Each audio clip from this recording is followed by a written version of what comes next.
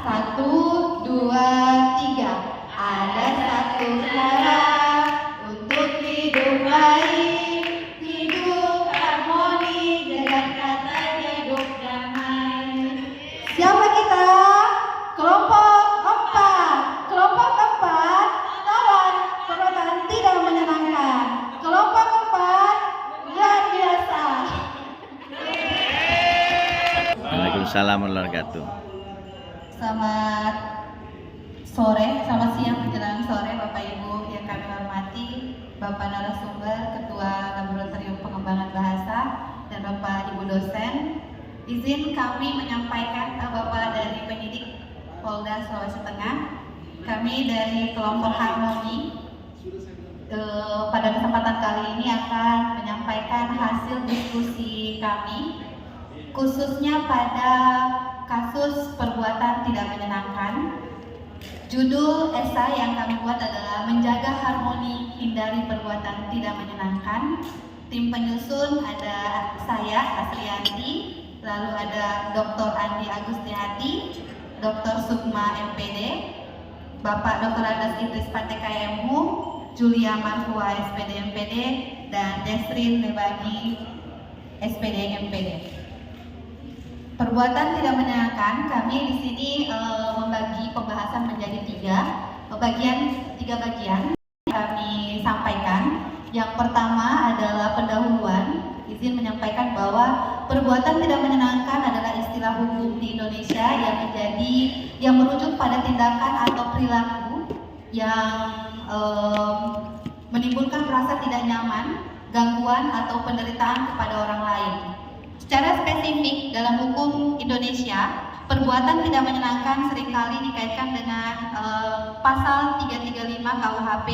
Pasal ini melawan hukum untuk memaksa orang lain melakukan tindakan atau tidak melakukan tindakan atau membiarkan sesuatu dengan menggunakan kekerasan atau ancaman kekerasan.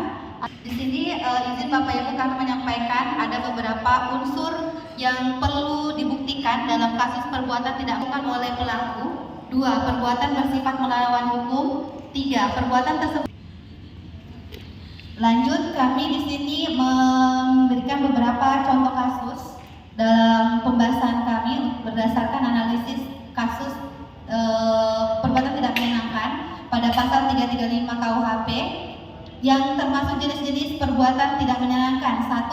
Ancaman atau intimidasi. 2. Pelecehan, dalam hal ini melakukan penghinaan, makian, atau komentar merendahkan menyebabkan tekanan mental atau emosional seperti mengejek, membuli, dan juga termasuk pada penyebaran fitnah. Ketiga, pelanggaran privasi, yang di sini adalah termasuk pada bagian penyadapan atau pengintaian. Lalu pengambilan gambar tanpa izin. Seringkali kita mengambil gambar atau video seseorang tanpa izin atau menggunakannya untuk tujuan yang tidak menyenangkan. Ini termasuk pada hal atau bagian perbuatan tidak menyenangkan.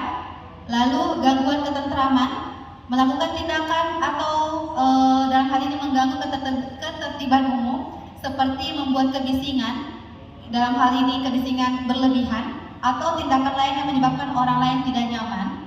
Ada bagian dari pemaksaan, penganiayaan ringan, dan penghinaan. Nah, untuk pada kesempatan kali ini, boleh di bagian atas, kami mencoba izin mungkin di sini ada senior Bapak Dr. Syamsuddin dan Pak Dr. Romadi serta Ibu. Kami di sini mencoba untuk menganalisis kasus secara kajian linguistik forensik.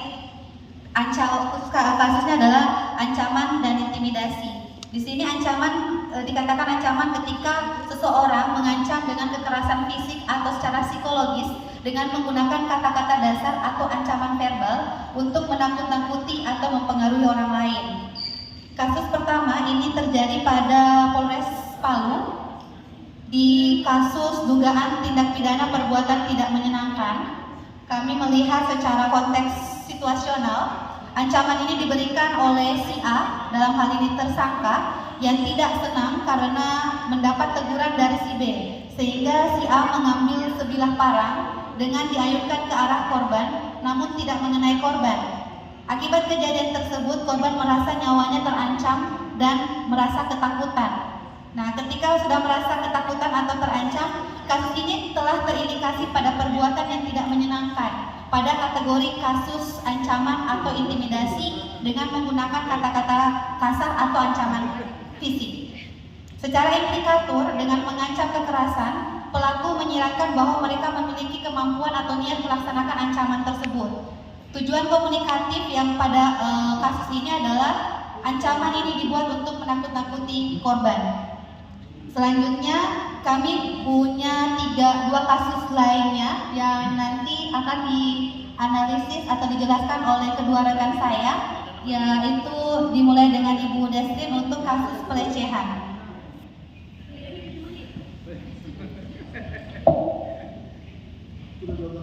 Efisiensi.